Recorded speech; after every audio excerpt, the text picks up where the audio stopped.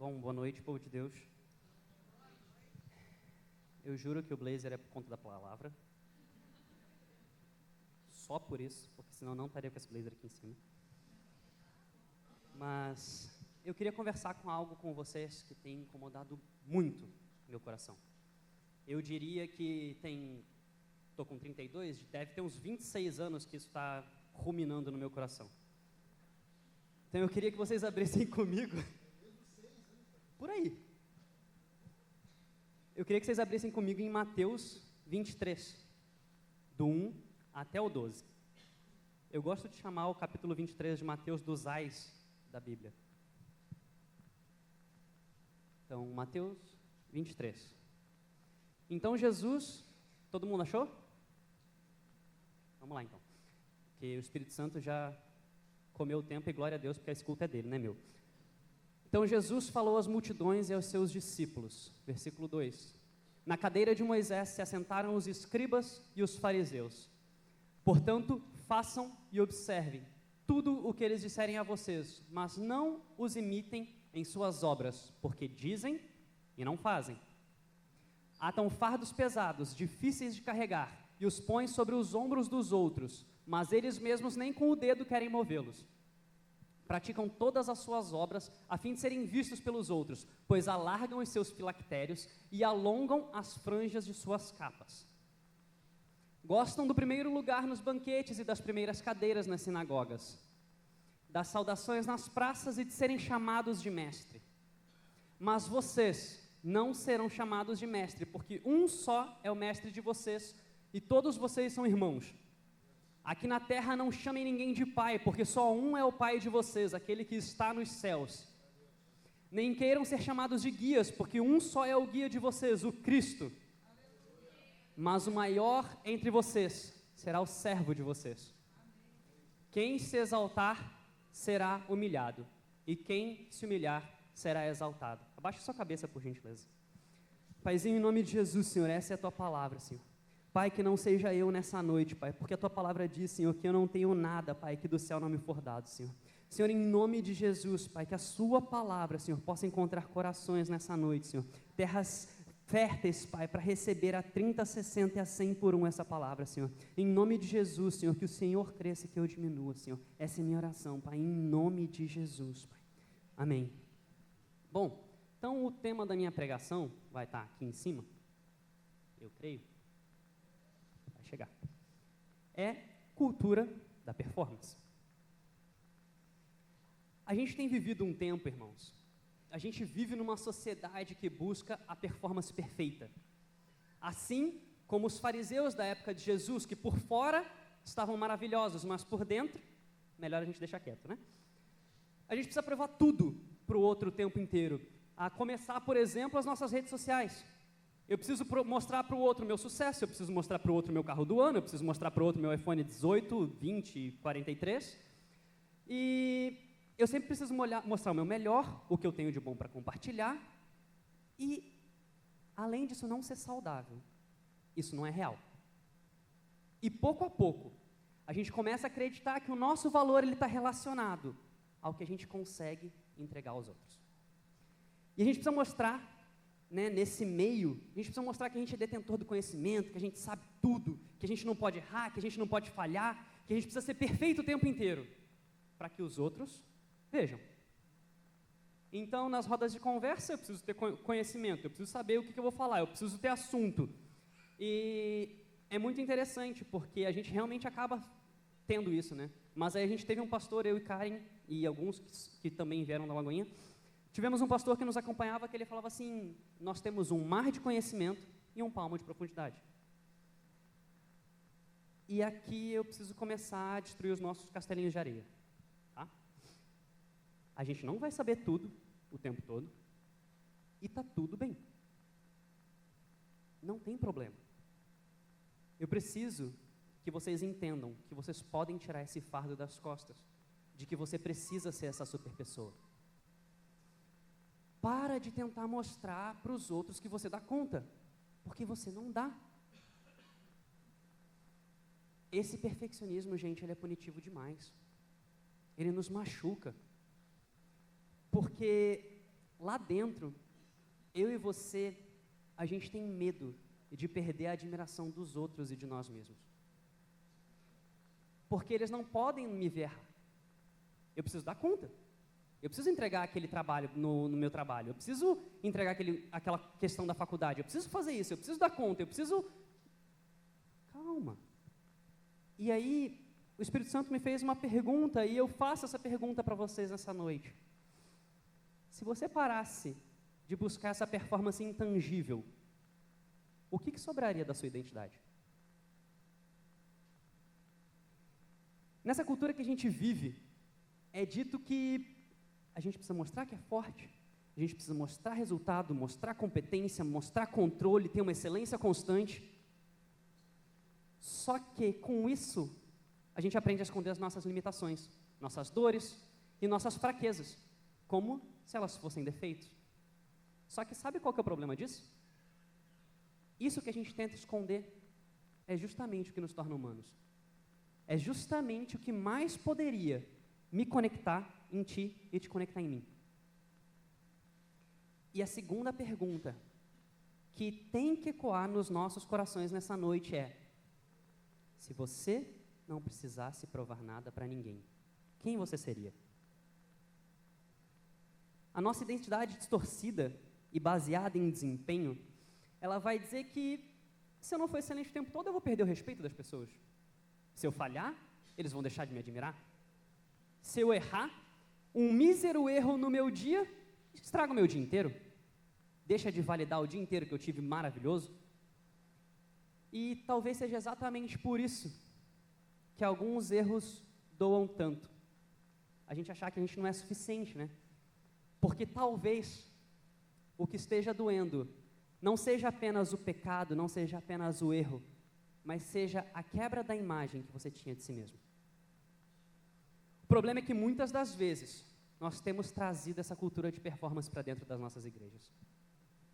Porque a Karen esses dias estava orando na intercessão e ela falou algo muito poderoso.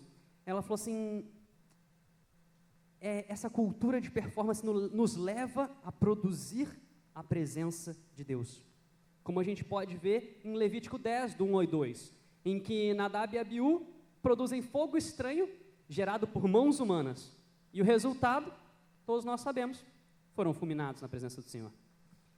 E isso é muito perigoso, porque a gente sabe conduzir culto, a gente sabe falar no microfone para gerar esse ambiente, a gente sabe fazer tudo isso, a gente sabe se vestir de crente, a gente sabe fazer tudo isso, e o maior problema disso tudo é que a gente pode estar gerando esse lugar de forma artificial, e quando a presença do Senhor está do nosso lado, e a gente não consegue nem sentir, nem ser influenciado ou transformado por ela, e é aí que mora o problema. E eu queria que vocês entendessem, abre comigo por gentileza, 1 Timóteo 4, 1 e 2.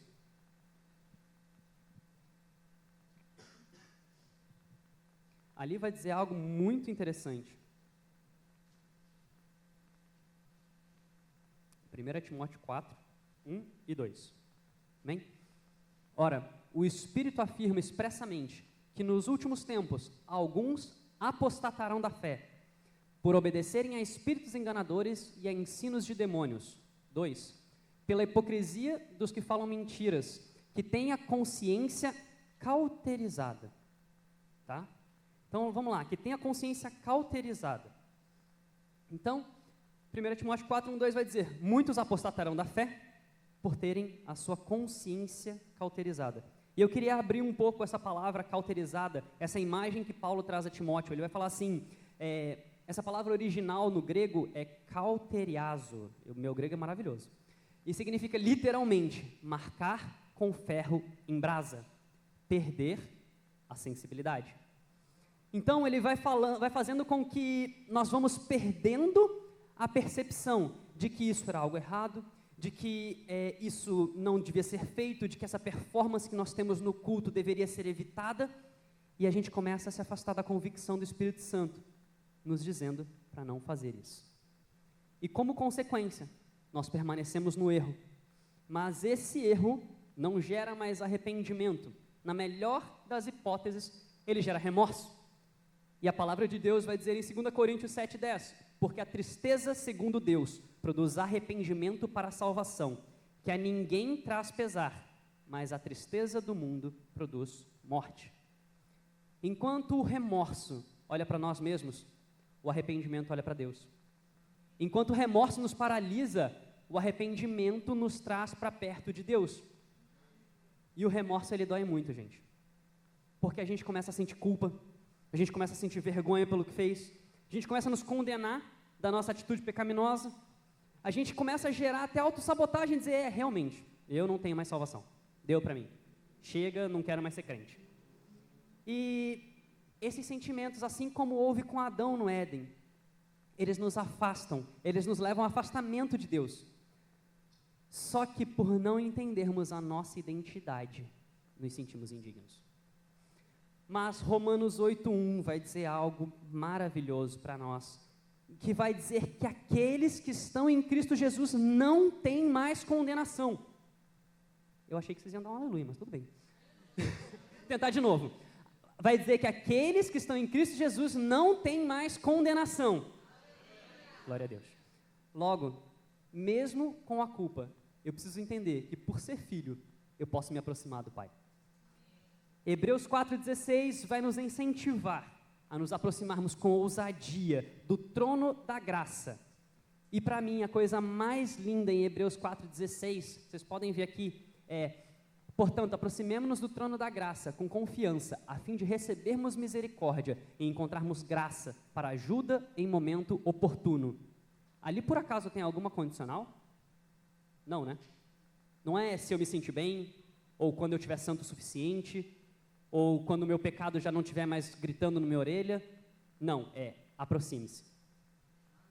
Aproxime-se. Sabe, gente, eu entrei aqui hoje de blazer, arrumado com essa imagem de quem tem tudo sob controle. E é exatamente isso que eu quero falar. Que debaixo desse blazer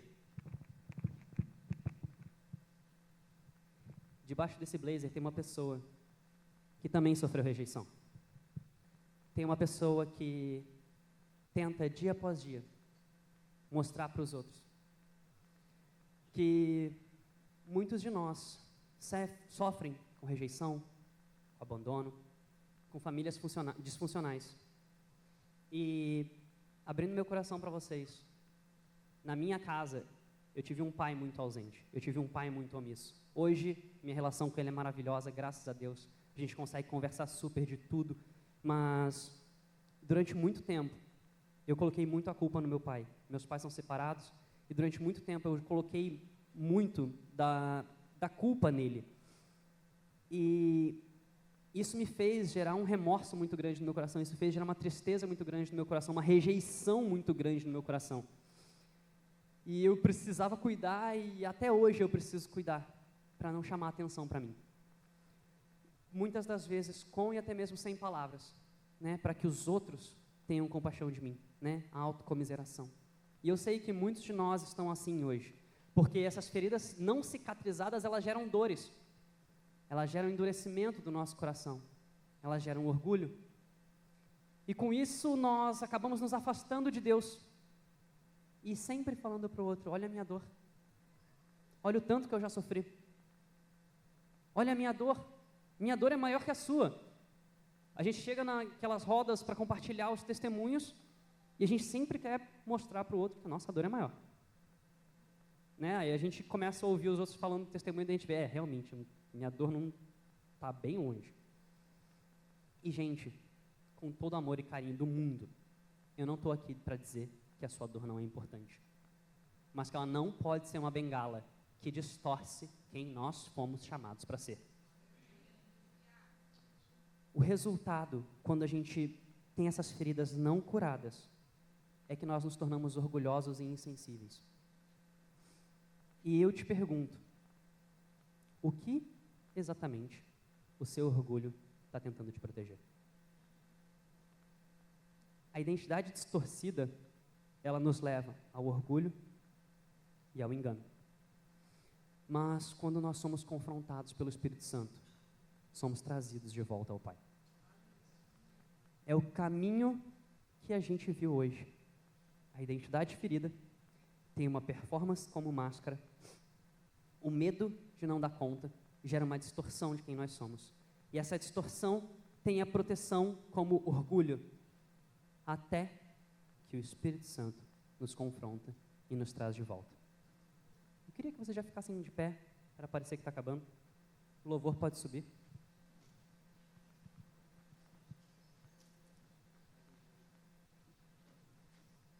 E se a gente for pegar Mateus 23, versículo 12, ele vai dizer que aquele que se humilha será exaltado. E eu queria trazer uma ilustração para vocês.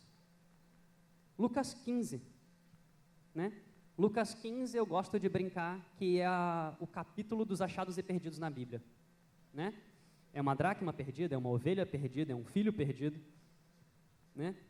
E Lucas 15, a terceira história, né? A história do filho pródigo, ela nos mostra algo muito sério.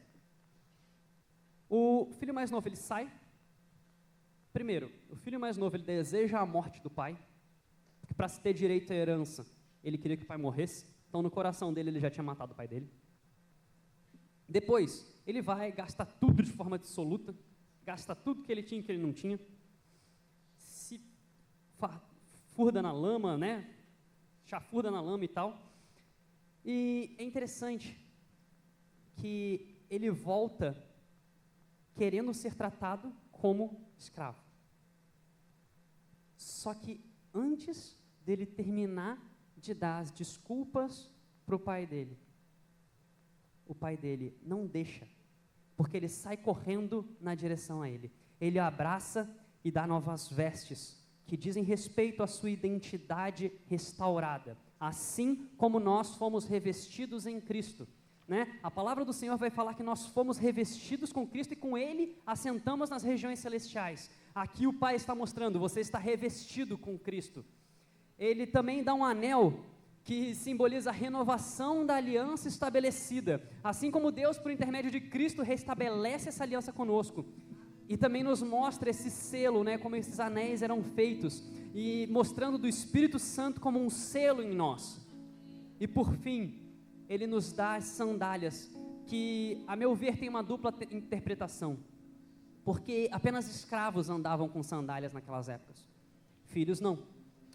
Logo, quando ele entrega as sandálias, ele está falando: filho, você não é escravo, você é filho. Você não é escravo, você é filho. E ela também pode ser vista como uma renovação de propósito, como é dito em Efésios 6,15 e Romanos 10,15, daqueles que têm calçado com o evangelho da paz. E olha que lindo, gente, não há prova de desempenho, só um filho voltando e um pai que jamais parou de esperar. Talvez hoje você esteja em algum lugar entre a decisão de voltar e o medo de não ser aceito. Talvez você esteja com suas vestes rasgadas de vergonha, mãos vazias de mérito, pés cansados de tanto caminhar sozinho até Deus. Mas o Pai já está correndo. Ele não está esperando o seu discurso. Ele não está esperando a sua performance. Ele só está esperando você dar o primeiro passo. Mesmo sujo, mesmo maltrapilho, mesmo sem ter como provar nada. Lembrem-se, as vestes, as sandálias e o anel já estão prontos esperando por você. A minha pergunta é: você está disposto a trocar essa vida de performance, essa vida intangível, inalcançável, porque o Senhor está te chamando nessa noite O Senhor está te chamando nessa noite como filho e não mais escravo. Não mais escravo das suas vontades, não mais escravos das coisas que você tem colocado como meta na sua vida.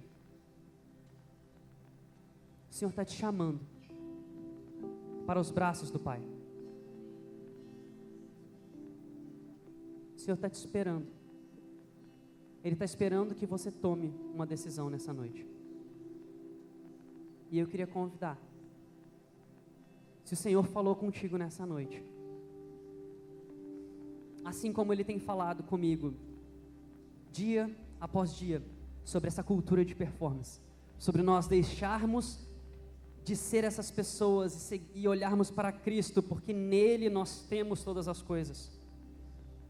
Se você foi tocado por isso, eu queria que sem nenhum tipo de vergonha você pudesse vir aqui à frente, porque nós todos temos um problema, nós todos temos algo que nós temos para derramar diante do Senhor. Então eu queria te convidar a vir aqui na frente e derramar, como um selo, de falar para o Senhor: Senhor, eu entrego tudo isso nas tuas mãos, Pai, porque eu quero mudar, eu quero ser transformado, Pai, eu quero, Senhor, deixar, Deus, de ser escravo e passar a ser filho, Pai, mesmo sabendo que nós já somos, mas muitas das vezes a nossa vida não demonstra isso. Então eu quero, sem nenhum tipo de constrangimento, chamar aqueles que entenderam que algo tem que mudar na sua vida nessa noite, que a performance já não faz mais sentido, que esse lugar de máscaras já não faz mais sentido. O louvor vai tocar a música, e enquanto ele estiver tocando, vem sem medo, vem sem máscara, vem de coração aberto para ouvir aquilo que o Senhor tem para falar para ti. Amém? Com uma melodia, Ele me encontrou, me cercou com uma canção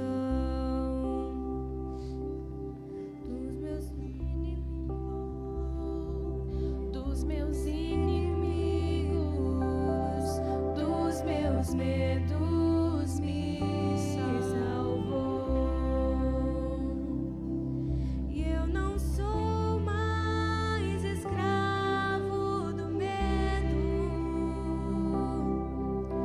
eu sou filho de Deus. E eu não sou mais escravo do medo,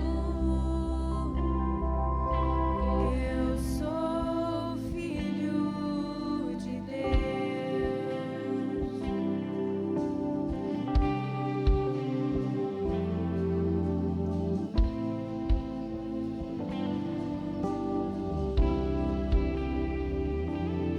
Antes de nascer,